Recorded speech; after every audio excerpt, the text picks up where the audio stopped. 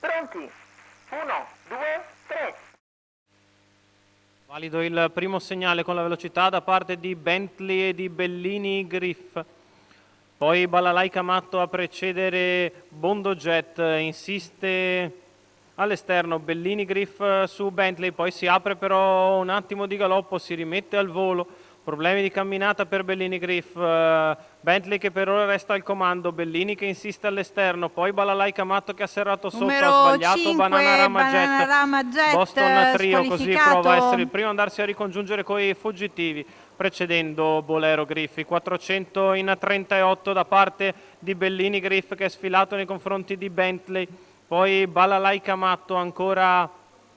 l'1 di Bondo Jet a precedere Boston Trio e Bolero Griff, i 600 da parte di Bellini in 46,6, precede sempre Bentley, Balalaica Matto, ancora Bondo Jet, Boston Trio e Bolero Griff.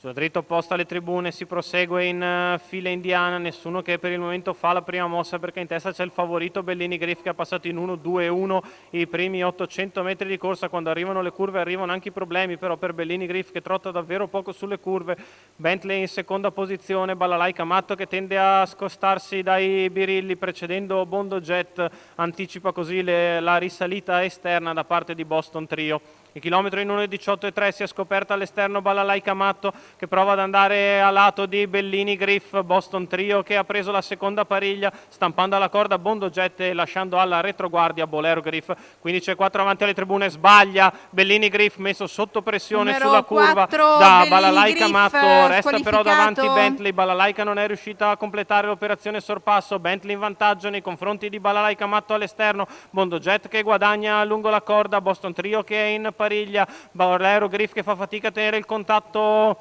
in coda al gruppetto, sbaglia Balalaica Matto che lascia al comando Numero Bentley, 2, Balalaica poi Matto, ancora squalificato. il 7 di Boston Trio che va a mettersi in seconda posizione alla corda precedendo Bondo Jet, Bentley che prova a scappare da Boston Trio che se la fa nella sua scia, ancora Bondo Jet e Bolero Griff all'ultima curva con Bentley che fa 14,6, allunga e scappa da Boston Trio e Bondo Jet, Bentley in vantaggio, Boston Trio che prova ad andare all'attacco, Boston che va su Bentley, Bentley che si difende fino in fondo da Boston Trio per il terzo e Bondo Jet avanti a Bolero Griff.